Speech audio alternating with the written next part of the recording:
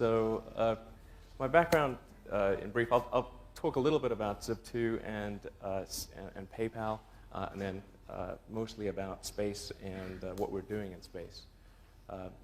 So I originally came out to California to do energy physics at Stanford, actually, and ended up putting, this is in '95, and ended up putting that on hold to start Zip2. Zip2, I'll tell you a little bit about the thought process of exactly what happened there. In '95, it wasn't at all clear that the internet was going to be a big commercial thing. In fact, most of the venture capitalists that I talked to hadn't even heard of the internet, which sounds bizarre, on Sand Hill Road. But I wanted to do something in the internet. I thought it would be a pretty huge thing, and I thought it was one of those things that only came along once in a very long while. So I got a deferment at Stanford, and thought I'd give it a couple quarters. If it didn't work out, which I thought it probably wouldn't, then I'd come back to school. Actually, when I talked to my professor and I told him this, he said, "Well, I don't think you'll be coming back." And that was the last conversation I had with him. So, but there weren't a lot of ways to get. The only way to get involved with the internet in '95 that I could think of was to start a company, because there weren't a lot of companies to go and work for, apart from Netscape, maybe one or two others. So, and then I didn't have any money, so I thought, well, we've got to make something that's going to return money very, very quickly. So we thought, well, the media industry would need help converting its content from a print media to electronic, and they clearly had money. So if we could find a way to help them move their media to the internet, that would be an obvious way of generating revenue. There was no advertising revenue on the internet at the time. So, and that was really the basis of Zip2. And we ended up building quite a bit of software for the media industry, primarily the print media industry. So we had as investors and customers Hearst Corporation, Knight Ridder, most of the major US print publishers. We built that up, and then we had the opportunity to sell to Compaq in early '99, and basically took that offer. It was for a little over $300 million in cash, and that's a currency I highly recommend. We had that, but I wanted to do something more after Zip2. So post the sale, in fact, immediately post the sale, I didn't really take any time off. I was trying to think of where were the opportunities this is in early '99, where the opportunities remained in the internet. And it seemed to me that there hadn't been a lot of innovation in the financial services sector. And when you think about it, money is low bandwidth. You don't need some sort of big infrastructure improvement to do things with it. It's really just an entry in the database. The paper form of money is really only a small percentage of all the money that's out there. So it should lend itself to innovation on the internet.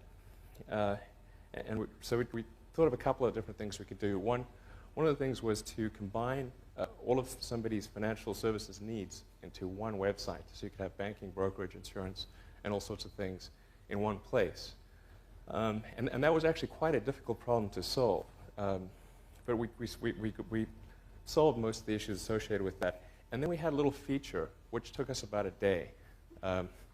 That was the ability to email money from one customer to another. So you could type in an email address, or actually any unique identifier, and transfer funds, or conceivably stocks or mutual funds or whatever, from one account holder to another. And if you try to transfer money to somebody who didn't have an account in the system, it would then forward an email to them saying, "Hey, why don't you sign up and open an account?" So, and whenever we demonstrate these two sets of features, we'd say, well, this is a feature that took us a lot of effort to do, and look how you can see your bank statement and your mutual funds and your insurance and all that. It's all on one page, and look how convenient that is, and people go, well, ho-hum. And then we'd say, and by the way, we have this feature where you can enter somebody's email address and transfers funds, and they go, wow. So we we're like, okay. So we focused the company's business on email payments. And in the early going, the company was called X.com, And then there was another company called Confinity, which had actually also started out from a different area. They started out with Palm Pilot cryptography, and then they had as a demo application the ability to beam token payments from one Palm Pilot to another via the infrared port. And then they had a website, which was called PayPal, where you would reconcile the beamed payments. And what they found was that the website portion was actually far more interesting to people than Palm Pilot cryptography was. So they started leading their business in that direction. And then in basically early 2000, X.com acquired Confinity, and then about a year later, we ended up changing the company's name to PayPal. But PayPal is really a case of where the whole viral marketing, it's really a perfect case example of viral marketing, like Hotmail was, where one customer would essentially act as a salesperson for you for bringing in other customers. So they would send money to a friend and essentially recruit that friend into the network. And so you had this exponential growth. The more customers you had, the faster it grew. So it was like bacteria in a petri dish. It just goes like, does this S curve. And in fact, I ran PayPal for about the first 2 years of its existence. And we launched after year 1, and by the end of year 2, we had 1 million customers. So it gives you it gives you a sense for how fast things grow in that scenario. And we didn't have a sales force. We actually didn't have a VP of sales. We didn't have a VP of marketing, and we didn't spend any money on advertising. About February of last year, for those some of you are probably following it, in February of last year, PayPal went public, and I think we were the only internet company to go public in the first part of last year. It went off reasonably well, although I think we had more SEC rewrites than any company I can imagine. I think we set a record on SEC rewrites. This was right around the Enron time and when there was all sorts of corporate scandals, so they put us through the ringer. And then shortly thereafter, in about June, July, we struck a deal with eBay to sell a company to eBay. For about $4.5 billion. But that was when eBay's stock price was about $55, and they hadn't split. So I guess in today's dollars, we were about $3 billion. So that worked out pretty well. In the first part of last year, I've been doing just some background research on space, and let me talk a bit about that. So, essentially, I was trying to figure out why we had not made more progress since Apollo. In the 60s, we went from basically nothing, not being able to put anyone into space, to putting people on the moon, and developing all the technology from scratch to do that. And yet, in the 70s and the 80s and the 90s, we've kind of gone sideways, and we're currently in a situation where we can't even put a person into low Earth orbit, and that doesn't really gel with all of the other technology sectors out there. The computer that you could have bought in the early 70s, would have filled this room and had less computing power than your cell phone. And so just about every sector of technology has improved. Why has this not improved? So I started looking into that. Initially I thought, well, perhaps it's a question of funding, and that funding can be garnered by really marshalling public support. So I thought, well, one way to get the public excited about space would be to do maybe a privately funded robotic space mission to Mars. And so we figured out a mission that would cost about $15 to $20 million, which isn't a lot of money, but it's about a tenth of what a low-cost NASA mission would be.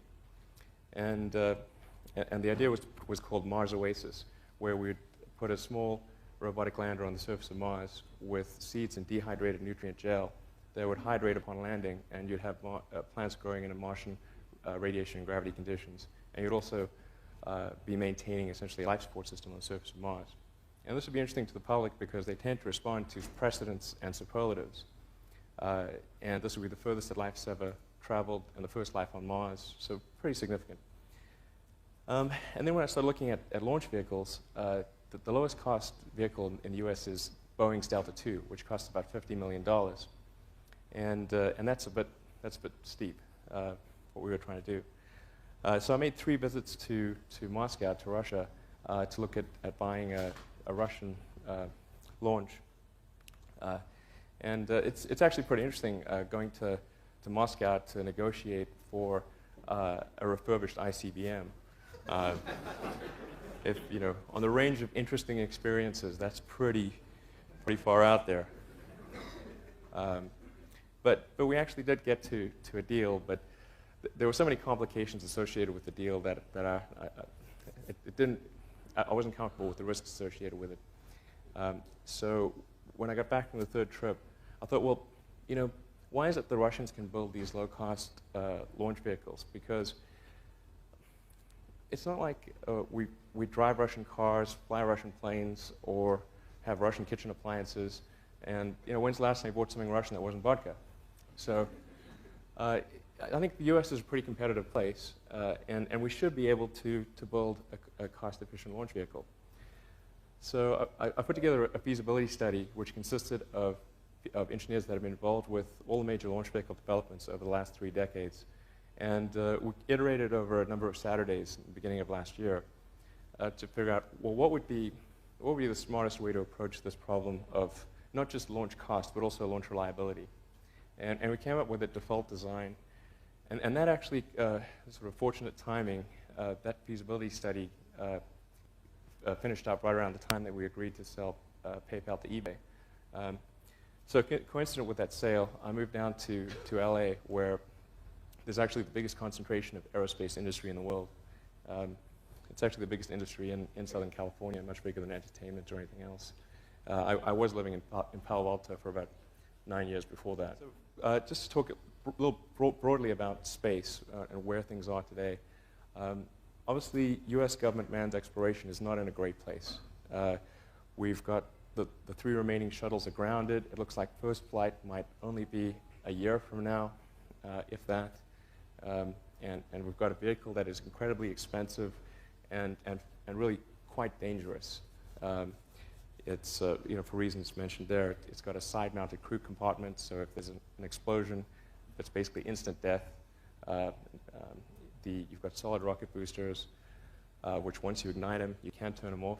And there's something fundamentally dangerous about premixing your fuel and oxidizer, I think. And then you've got wings and control surfaces. When you re-enter, you've got to maintain a precise angle of attack.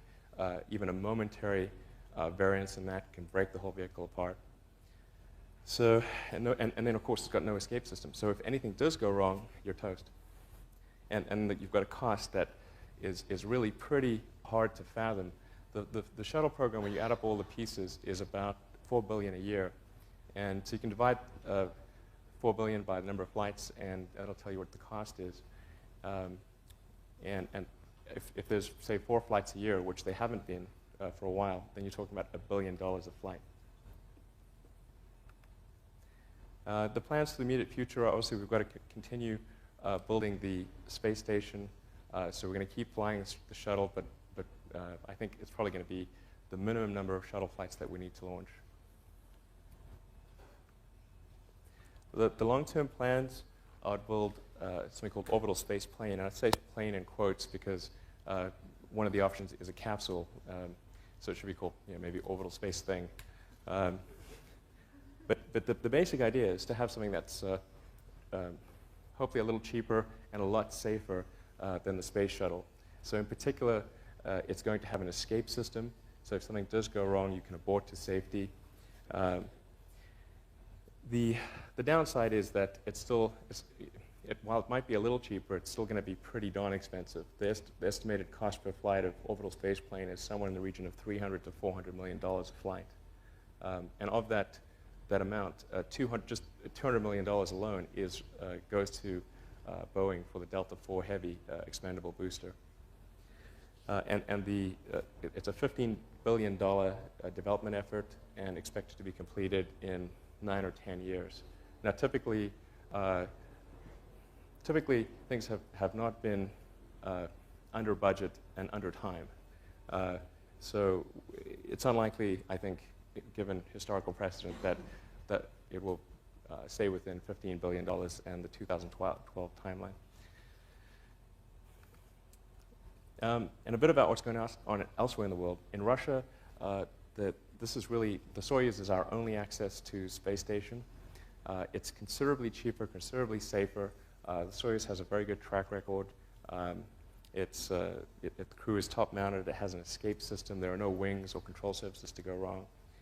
Overall, it's a pretty good system. And the estimated costs are about $60 million a flight, which is more than an order of magnitude less than the space shuttle. The thing that constrains them, obviously, is the weakness of the Russian economy. It's very hard for them to embark on ambitious programs with an economy the size of Belgium. So China is probably the most interesting thing that's going on in space. This month, China is expected to be only the third. It's expected to launch their first person into space. They'll make them only the third country ever to put someone in orbit. And they've put a lot of money and effort into this program. If anything serves as a spur for human space exploration, it is likely to be China's ambitions in space, and hopefully a sense in America that we want to at least keep up with China. And they have grand ambitions beyond just low Earth orbit. They're planning on setting up a space station, putting a base on Mars, and eventually sending humans to Mars. So what's happening in the US that I think might ultimately surpass all of that stuff is entrepreneurial space activities, where things are led by the spirit of free enterprise. And I think there's perhaps an analogy here where just as DARPA served as the initial impetus for the internet and underwrote a lot of the costs of developing the internet in the beginning, it may be the case that NASA has essentially done the same thing by spending the money to develop some of the fundamental technologies in the beginning, and then once we can bring sort of the commercial free enterprise sector into it, then we can see the dramatic acceleration that we saw in the internet. So there are several serious launch vehicle efforts underway. I'll talk about each one. There's Burt Rutan of Scaled Composites. Burt Rutan is one of the world's foremost aircraft designers, and he's developed a suborbital vehicle that they're actually flying out of Mojave. And this is an X-Prize class vehicle. There's John Carmack, who wrote Quake and Doom. He's probably one of the best software engineers in the world, one of the best engineers that I know, period. And he's developing a vertical takeoff and landing vehicle. Jeff Bezos, who I understand was here last week, is a huge space advocate. And it's my understanding that he intends to spend something on the order of $1 billion over the next 20 years on space exploration. And then my company, SpaceX. And I think within the next several years, these entrepreneurial efforts will actually be what drives space exploration. That's a picture of the Burt Rutan effort. It's called White Knight is the carrier plane, and then Spaceship One is the thing that's held in the belly there. And this project is supposedly funded by Paul Allen. So there's quite a lot of capital also, I should make that point, quite a lot of capital that's sort of entering this entrepreneurial space sector as well.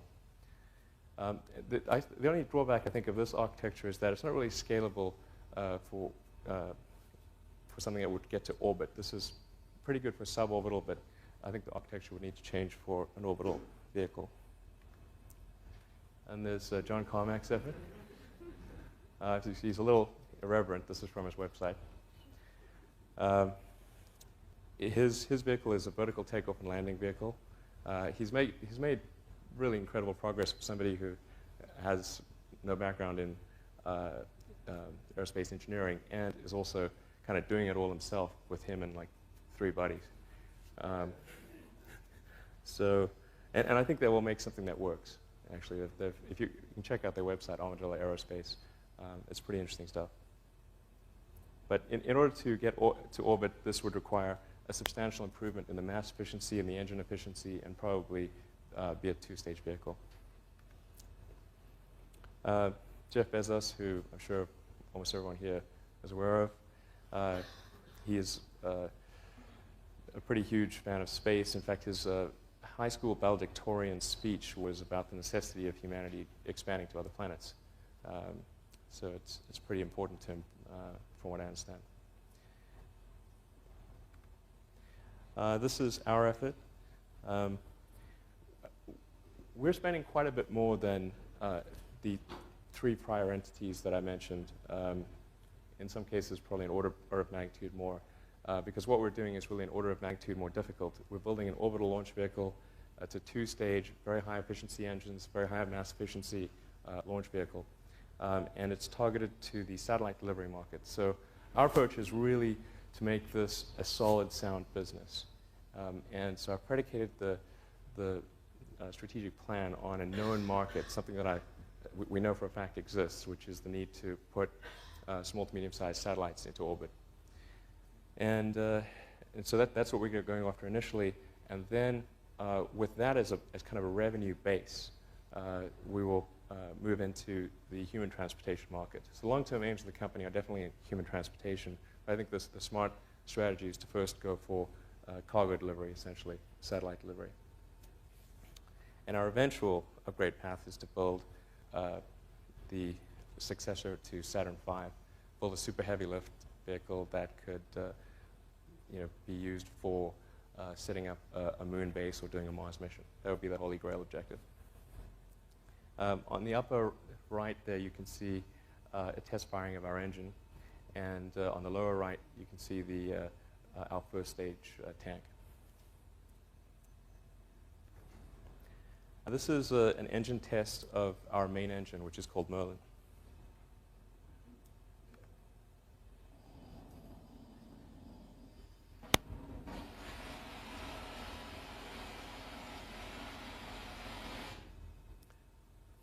And that generates about roughly 75,000 pounds of thrust at sea level. This is our upper stage engine. It's about 7,500 pounds of thrust in vacuum.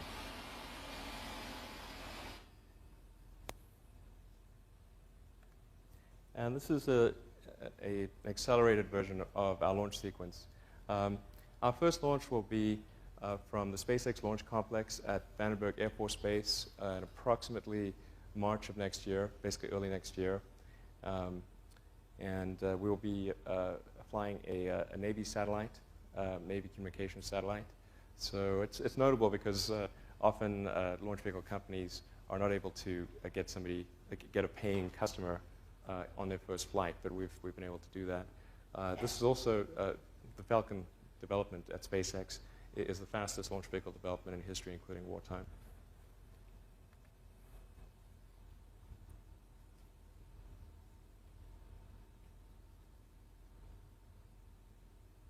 So that's actually Vandenberg Air Force Base, which is about 2 hours away from Santa Barbara.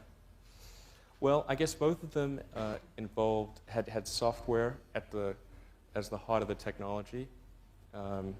Even though Zip2 was servicing the media sector, and obviously PayPal was servicing the financial sector, the heart of it was really software and internet-related stuff. So certainly that's a huge commonality. They were both in Palo Alto, where I lived.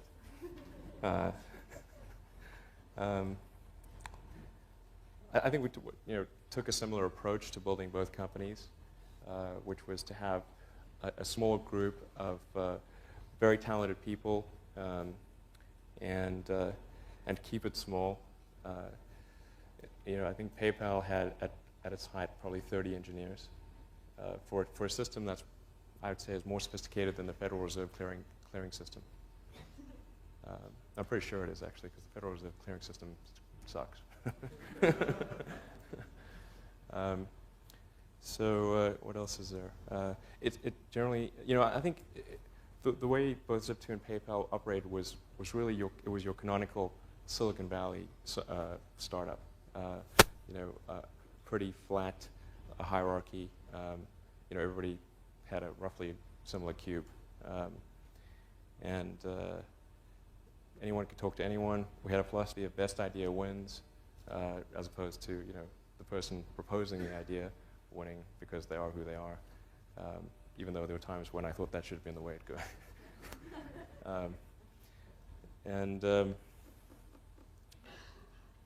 Obviously, everyone was an equity stakeholder. Give us anything. If there were two paths that, let's say we had to choose to do one thing or the other, and one wasn't obviously better than the other, then rather than spend a lot of time trying to figure out which one was slightly better, we would just pick one and do it. And sometimes we'd be wrong, and we'd pick the suboptimal path. But often it's better to pick a path and do it than to just vacillate endlessly on a choice. We didn't worry too much about intellectual property, paperwork, legal stuff. We really were very focused on building the best product that we possibly could. Both Zip2 and PayPal were very product-focused companies. We're incredibly obsessive about how do we build something that is really going to be the best possible customer experience. And that was a far more effective selling tool than having a giant sales force or thinking of marketing gimmicks or 12-step processes or whatever. Friendster, certainly, the essence of viral marketing is, do you have something that where one customer is going to sell another customer without you having to do anything? There are lots of instances of that. Friendster might be one. Obviously, Hotmail was one. PayPal was one. eBay was one. And in a situation like that, going back to what I said about product matters incredibly, because if you're going to recommend something to somebody, you've got to really love the product experience. Otherwise, you're not going to recommend it because you don't want to burn your friend. Entering the space industry, well, it is a very complicated regulatory structure. As you might imagine, when somebody tries to build an orbital launch vehicle, which is not really all that distinguishable from an ICBM, there's a lot of regulation. And there probably should be, because you don't want to launch something and end up hitting LA, where I live. Probably the regulatory stuff was very difficult. The environmental approvals certainly proven very difficult, much more so than we expected. Here in Silicon Valley, what I came to appreciate is in Silicon Valley, you live in a libertarian paradise. There's almost no regulation. And what can be very frustrating is that regulation is often irrational. It doesn't make any sense. But you've got somebody there who's simply executing a set of rules, independent of whether those rules make sense. And you can try to convince them that the rules don't make sense, and they won't listen to you. So probably regulation is the most annoying thing. I would say overall, though, I'm very pleased because I think we've had a very smooth development process. And on the whole, I can't complain at all. So, something into space. Well, let me tell you what makes a rocket hard.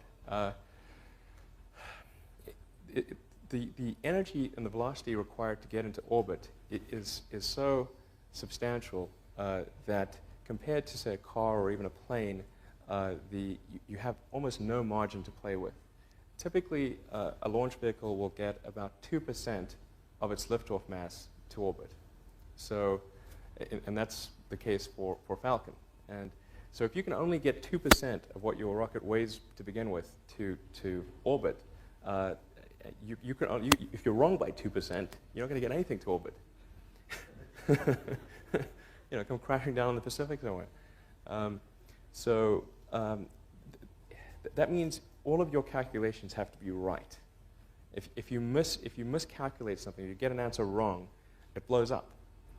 And it's very expensive trying to get all your answers right, and then double-checking that they're right, and testing them all, and doing as much as you can on the ground. I think that's a lot of what makes rockets expensive. The low launch rate typically is also what makes rockets expensive. If you had, thousands of flights a year, then it would be a lot cheaper. Although it's a bit of a chicken and egg, because it needs to be cheaper in order to have thousands of flights a year. But at the end of the day, in the final analysis, I would say that rockets really should be a lot cheaper than they are today. And I think the way that they're built, the way they're operated, is just very inefficiently. And I think with SpaceX and Falcon, we're gonna show that that's the case. Our vehicle will sell for about $6 million a flight. Our nearest competitor is the Pegasus from Orbital Sciences, which is about $25 million a flight. And that has less capability than our rocket. Falcon would represent a pretty substantial breakthrough on the cost of access to space. Can you talk a little bit about the difference in the customer base you have to target with SpaceX versus experiences with like PayPal, and how much more of a challenge that presents? Yeah, the customer base with SpaceX is just it's dramatically different, obviously, from PayPal. PayPal's a consumer product, whereas SpaceX, we're selling rockets, and the number of people who want to buy rockets is quite small. If anyone here has $6 billion and wants a rocket, I mean, I'd be glad to sell it to them. So it's much more of an individual selling process. There's a great deal more thought that goes into any purchase of a launch, much more so than signing up a PayPal account, which doesn't really cost you much. Yeah, and there's not a lot of viral marketing that's going to happen with the rocket, I suspect. I'm hoping, but I'm not counting on it. So there's probably come in all sizes, shapes, and flavors. I'm not sure there's any one particular thing. For me, some of the things I've described already, I think, are very important. I think really an obsessive nature with respect to the quality of the product is very important. So being obsessive compulsive is a good thing in this context. Really liking what you do, whatever area that you get into. Given that even if you're the best, there's always a chance of failure. So I think it's important that you really like whatever you're doing. If you don't like it, life is too short. I'd say and also if you like what you're doing, you think about it even when you're not working. I mean, it's something that your mind is drawn to. And if you don't like it, you just really can't make it work, I think. SpaceX is about 30 people. And what we do internally at SpaceX is we do all of the design, analysis, integration of hardware, testing, and then launch operations. But a lot of the heavy manpower stuff, like welding together our primary structure, the heavy machining, and so forth, that we outsource. So we'd be a much larger company if we did all of that internally. And sorry, you had another part to your question? Oh, yeah. Actually, we don't have any lawyers. The regulatory stuff that we deal with is very technical. It's really a lot like trying to get an airplane certified with the FAA. We're just getting a rocket certified. So our documentation is very. I wish we could offload it to some lawyers. They wouldn't know what the heck to do. So, does the Wharton degree help? I think a business degree teaches you a lot of the terminology. It introduces you to concepts that you would otherwise, there's terminology. There's something to be said for that. Introduces you to concepts you would otherwise have to learn empirically. I think you can learn whatever you need to do to start a successful business, either in school or out of school. School, in theory, should help accelerate that process, and I think it oftentimes it does. It can be an efficient learning process, perhaps more efficient than empirically learning lessons. But really, I think there are examples of successful entrepreneurs who never graduated high school, and there are those that have PhDs. So I think the important principle is to be dedicated to learning what you need to know, whether that is in school or empirically. Well, I should point out that Falcon, our first vehicle, doesn't really have the same capability as either the Chinese, the Russian, or the space shuttle vehicles that I mentioned. Falcon would be in the light class of launch vehicles, whereas the space shuttle would be a heavy class launch vehicle. So it's not quite an apples-to-apples comparison. However, the right comparison would be Falcon compared to the Pegasus from Orbital Sciences. Falcon is $6 million. The Pegasus is $25 million. The way we've gotten our prices low, our costs low, is we've really focused on every element of the launch vehicle. There's really no one silver bullet that has been responsible for a substantial portion of the cost savings. It's been really hundreds of small innovations and improvements. And so we've done improvements in the propulsion system, the structure, the avionics, and the launch operations, as well as maintain a very low overhead organization. And when you add up all the things we've done in those areas, that allows us to produce a launch vehicle at $6 million. As far as PayPal, there were a lot of back office relationships that we needed to establish and to attach to various heterogeneous data sources. We needed to attach to the credit card system for processing credit cards. We needed to attach to the Federal Reserve System for doing electronic funds transfers. We needed to attach to various fraud databases to run fraud checks. There was a lot that we had to interface with, and that took a while, but it all came together, I think, roughly simultaneously. I mean, developing the software and having it ready for the general public reasonably coincided with us being able to conclude those deals and interface with the outside vendors, and all that took about a year. I think one thing that's important is to try not to serialize dependencies. So if you can put as many elements in parallel as possible, a lot of things have a gestation period, and there's really nothing you can do to accelerate. I mean, it's very hard to accelerate that gestation period. So if you can sort of have all those things gestating in parallel, then that is one way to substantially accelerate your timeline. I think people tend to serialize things too much. On the PayPal system, although nothing that ever actually mattered. So patents are mostly useful in a defensive situation rather than offensive.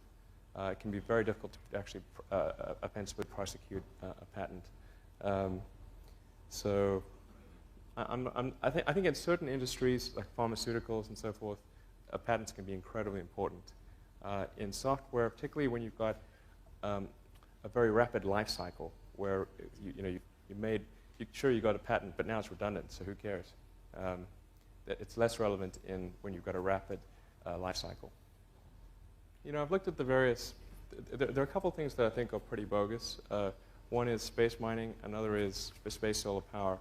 I mean, if you calculate how much it costs to bring either the photons from space solar power, back to Earth, or the raw material back to Earth, the economics don't make sense. You just can't close the economic case. Not even by. It's probably off by 3 orders of magnitude. So I think probably the biggest thing that could happen is if we decide to establish a base on the moon or a base on Mars, and particularly if we attempt to make a self-sustaining base, self-sustaining civilization on the moon or Mars, that is enormous opportunity on probably the $1 trillion level, because then you have basically interplanetary commerce going on. I think that's pretty huge. But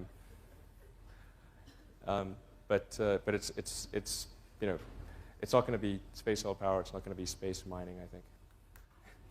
So let's see. The government, who knows? Maybe we're being spied upon. I don't know. But certainly, there are some restrictions which are really annoying, such as the fact we're only allowed to employ people who have at least a green card or are a citizen of the U.S. We're not allowed to employ anyone who does not have permanent residency in the U.S. Basically, if they can't throw you in jail, they won't let you work on rocket stuff. We have, if we talk to any foreign nationals, we need a technology transfer agreement or something like that from the State Department. So our second launch is actually a non-U.S. governmental launch, and it's taken us 6 months to get the State Department approval just to engage in a contract discussion with them. So that is problematic. I had several offers, actually, from a number of different entities for PayPal. And in fact, the closer we got to IPO, the more offers we got. But we always felt that those undervalued the company. And subsequently, when we went public, I think the public markets kind of indicated the value of the company. So I think that's one of the good things about the public markets is that they're an objective valuer of companies. When you're a private company, it's very hard to say how much you're worth because you have to basically think of some metric. You know, are you going to go for multiple of future earnings? Are you going to go for something with revenue? What are your comparables going to be? There are all sorts of questions. It's really up for debate what sort of value your company is. When you're public, it's whatever the market says you're worth. That's what you're worth. So I think eBay made a number of offers prior to going public that were substantially below our the value once we went post-public, and that kind of cleared up the disagreement, and then we sold them. What else? There was actually, you had a second part to the question? I was wondering if you were concerned that eBay's current solution was going to gain traction, so they didn't need another solution. Yeah, eBay had it was initially BillPoint, and then it was eBay Payments, and it was really a pretty tough, long-running battle of PayPal versus eBay's payment system, and it was certainly a very challenging. I mean, I think it was, there were times when it felt like we were trying to win a land war in Asia, they kind of set the ground rules, or trying to beat Microsoft in their own operating system. It's really pretty hard. That took a lot of our effort to actually beat eBay on their own system. And one of the long-term risks, certainly for the company, was that eBay would one day prevail. And one way to retire that risk, obviously, was to sell to eBay. During the summer of '95, trying to make useful things happen on the internet. I wrote something that allowed you to get maps and directions on the internet, and then something that allowed you to do online manipulation of content, kind of a really advanced blogging system. And then we started talking to small newspapers and media companies and so forth, and we started getting some interest. I mean, half the time we'd be like, what's the internet? Even in Silicon Valley. But then occasionally somebody would bite, and we'd get a little bit of money from them. And then there were basically only about 6 of us. There were myself, my brother, who I convinced to come down from Canada, and a friend of my mom's. And then 3 salespeople we hired on contingency by putting an ad in the newspaper. But things were pretty tough in the early going. I didn't have any money. In fact, I had negative money. I had huge student debts. So, in fact, I couldn't afford a place to stay and an office. So I rented an office instead, because I got a cheaper office than I could get a place to stay. And then I just sort of slept on the futon and showered at the YMCA on Page Mill in El Camino. I was in the best shape I've ever been. Go to shower, work out, and you're good to go. And there was an ISP on the floor below us, just a little tiny ISP, and we drilled a hole through the floor and connected a null modem cable. That gave us our internet connectivity for like $100 a month. So I mean, we had just an absurdly tiny burn rate, and we also had a really tiny revenue stream. But we actually had more revenue than we had expenses. So so when we went and talked to VCs, we could actually say we had positive cash flow. There's no silver bullet that I can point to as to why our vehicle is a lot cheaper. We've really focused on reducing the cost across the board. I mean, for one thing, our overhead in a 30-person company is, an order of magnitude less than it is in Lockheed or Boeing, just for starters. So even if we did everything the same and built the same launch vehicle, we'd be considerably cheaper. And then every decision we've made has been with consideration to simplicity. And the reason for simplicity is because that both improves the reliability as well as it reduces your cost. If you've got fewer components, that's fewer components to go wrong and fewer components to buy.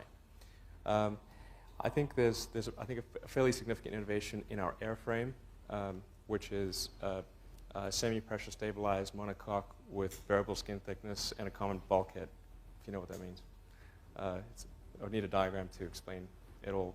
But the net result is that it's very cheap, and it's very mass efficient, and I think easy to test and quite reliable. Our avionics system, I'll give you another example. Our avionics system, we use an Ethernet on the vehicle to communicate. That may not sound like a great innovation, but it is in launch vehicles. All the other launch vehicles communicate in the vehicle by these serial cables that run the entire length of the vehicle.